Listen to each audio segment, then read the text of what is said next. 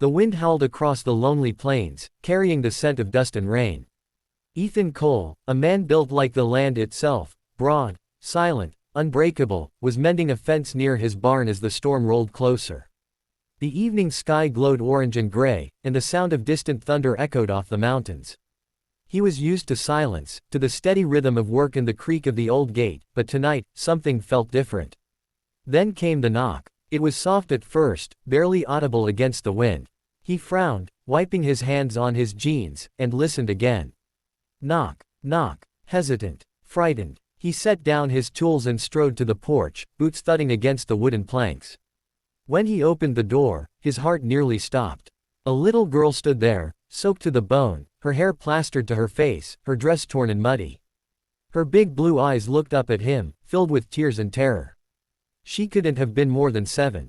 She hugged a small, ragged doll to her chest like it was her only friend in the world. "Please," she whispered, her voice trembling. They beaten my mama. She's dying." For a moment, Ethan didn't move. The words cut through the wind like a knife. He looked down at her tiny frame, shivering, desperate, and something inside him cracked. Without a word, he bent down, wrapping his coat around her shoulders. "Where is she, sweetheart?" he asked gently, his deep voice soft as the storm raged behind him. The girl sniffled and pointed down the dirt road. "In the woods, in a cabin." Ethan didn't waste another second. He scooped her up into his strong arms, set her on his horse, and climbed behind her. "Hold on tight," he said, and with a sharp kick, the horse lunged forward into the darkness. The rain poured harder, lightning flashed across the horizon, and Ethan's jaw tightened. He didn't know who this little girl was or what kind of evil had hurt her mother, but he knew one thing for certain. He wouldn't let them face it alone. That night, as the wind screamed through the prairie, the giant rancher rode straight into danger, unaware that the frightened child beside him was about to lead him straight to the woman who would change his life forever.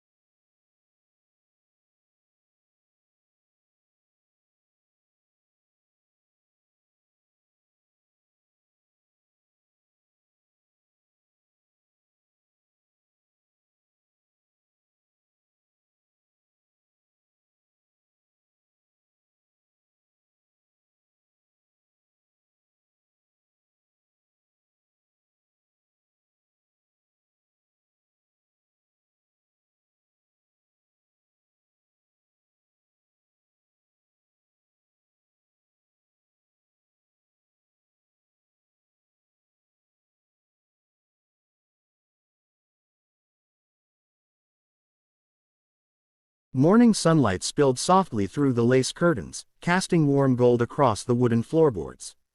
Clara woke to the faint sounds of laughter from the kitchen, light, innocent laughter that she hadn't heard in what felt like years. For a brief moment, she forgot where she was. Then, as she looked around the tidy little room, the memory returned, the widower cowboy, the stormy night, his steady voice offering her shelter. She sat up slowly, her body still sore from the cold and exhaustion. Her old dress hung loosely on her frame, and her hands trembled as she tried to tame her tangled hair. When she caught her reflection in the small mirror by the washstand, she almost didn't recognize herself, pale, tired, but alive. Alive in a home that wasn't hers. The scent of fresh biscuits and coffee drifted through the air. Her stomach growled quietly, reminding her she hadn't eaten a proper meal in days. Gathering her courage, she stepped out into the hallway, her bare feet silent on the wood. In the kitchen, Ethan stood by the stove, his sleeves rolled up, stirring something in a cast-iron pot. His two daughters, Maggie and Rose, sat at the table, swinging their little legs as they waited. Maggie noticed Clara first and gasped softly. "Pa, she's up." Ethan turned, his eyes meeting Clara's. For a moment, his face softened with something between relief and quiet admiration. "Mornin', Miss Clara," he said. "Hope you slept well." She hesitated by the doorway, clutching her shawl around her shoulders. "I did, thank you. I didn't mean to oversleep. I can help, if you'll let me." Ethan nodded toward the counter. "There's flour and butter there. Think you could show Maggie how to roll dough? Her ma used to make biscuits, but I never got the hang of it." Clara smiled faintly and crossed the room. Maggie's wide blue eyes followed her every move as Clara tied an apron around her waist. "Here, sweetheart," she said softly. "You sprinkle a little flour like this, so it doesn't stick." Maggie copied her motions, giggling when a cloud of flour puffed into the air.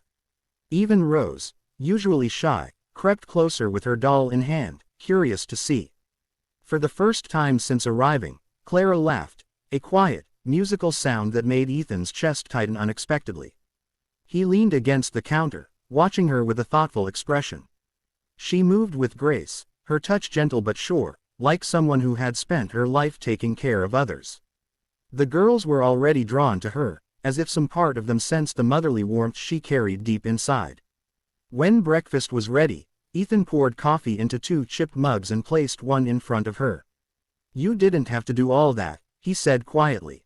Clara looked up, meeting his gaze across the table. "I needed to repay your kindness somehow. I'm not used to being taken in by strangers." He gave a small smile, though his eyes held years of quiet pain. "You're not a stranger anymore." The girls were too busy eating to notice the way their father's voice softened when he spoke to her, or how his eyes lingered just a second longer than they should have. Clara felt the warmth of his gaze, but she also felt the weight of her secret pressing against her chest, the past she couldn't run from, no matter how kind this house felt. When breakfast was done, Ethan showed her the porch. The land stretched endlessly around them, rolling hills, tall grass swaying under the bright sky, the sound of horses from the nearby corral. "You can stay here as long as you need," he said finally, his tone quiet but firm. "No one'll bother you out here." She looked at him, unsure if she should believe such kindness. "You don't even know who I am, Mr. Cole. What if helping me brings you trouble?" Ethan turned toward the open field, his jaw tightening slightly. "I've known trouble before," he said after a moment. "Lost my wife, lost half the men who worked for me, almost lost this ranch. Trouble don't scare me much anymore." He looked back at her, eyes calm and steady. "What scares me is my girls growing up without knowing what love feels like." Clara's heart stilled. "And what about you?" she asked softly. "What do you need?" He didn't answer right away. The wind caught the brim of his hat, lifting it just enough for her to see the faint smile that touched his lips. "Maybe I need someone to remind me how to believe again," he said finally. The words hung between them, fragile and honest. She didn't know how to respond, didn't know how to tell him that she'd forgotten how to believe too. But as the wind swept across the porch and the girls' laughter echoed through the open land, something inside her shifted. For the first time in years, Clara didn't feel invisible. She felt seen. And deep down, she began to wonder if maybe, just maybe, this place could be more than shelter. It could be a beginning.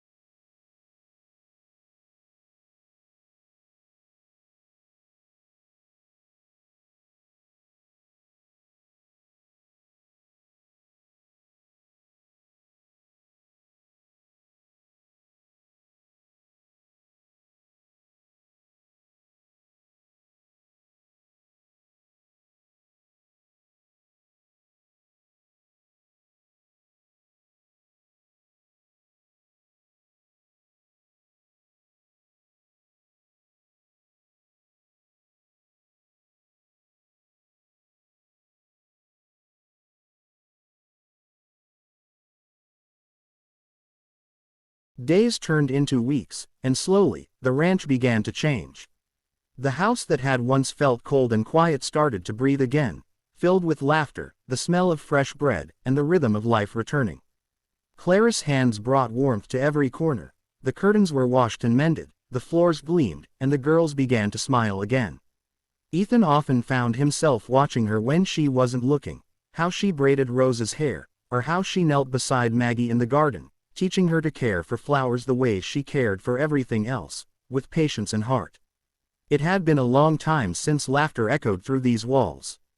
Clara had done that, without even meaning to. Still, peace on the plains never lasted long.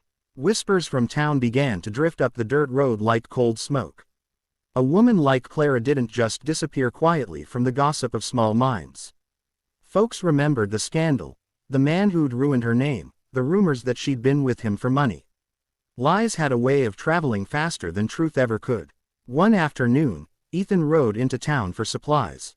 He didn't plan on stopping to talk, but the storekeeper's wife, Mrs. Tully, made sure her words found him before he left. "You got that woman up there, don't you?" she asked, her voice sharp, her eyes narrow. "The one who used to work at the saloon. You best be careful, Mr. Cole. Men who take in her kind don't keep good reputations long." Ethan's jaw tightened. He said nothing, just paid for his supplies and left.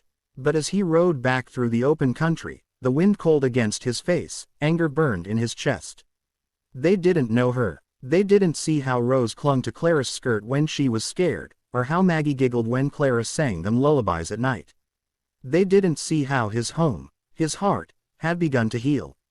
When he reached the ranch, Clara was outside hanging laundry, her sleeves rolled up, her hair blowing softly in the breeze. She looked peaceful, almost radiant against the backdrop of the setting sun.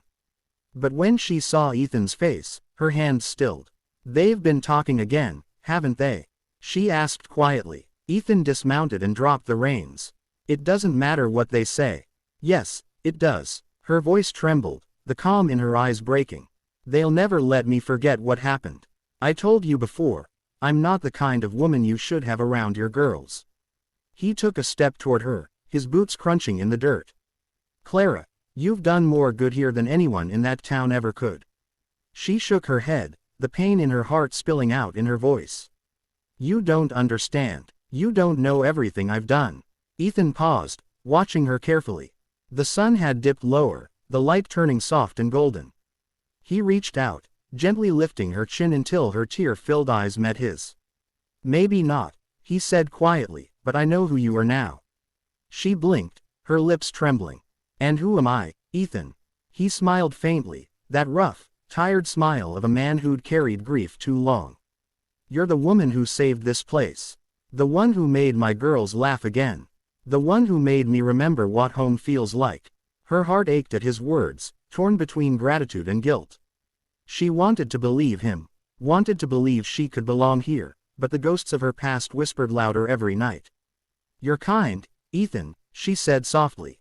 "Too kind. But kindness doesn't erase the past." He stepped closer, close enough that she could feel the warmth of him, smell the faint scent of leather and pine.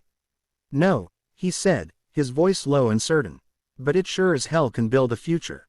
Tears slipped down her cheeks, and before she could turn away, he reached out and brushed one from her skin with his thumb. The simple touch sent a shiver through her, one that felt both terrifying and safe. "Don't let them break you again," he whispered. "You've already been through enough." For a long moment, they just stood there, two broken souls, caught in the golden light of the setting sun. The wind swept through the valley, carrying with it the scent of rain and the promise of change. Clara wanted to speak, to thank him, to tell him that his words had touched a place in her heart she thought was long dead, but all she could manage was a trembling breath. Ethan gave her hand a gentle squeeze before turning to walk toward the barn, leaving her there beneath the fading sky. As he disappeared into the distance, Clara pressed her hand to her chest, feeling her heart beat strong and fast. For years, shame had been her only companion. But now, for the first time, she felt something stronger rising within her. Hope that maybe, just maybe, she could be worthy of love again.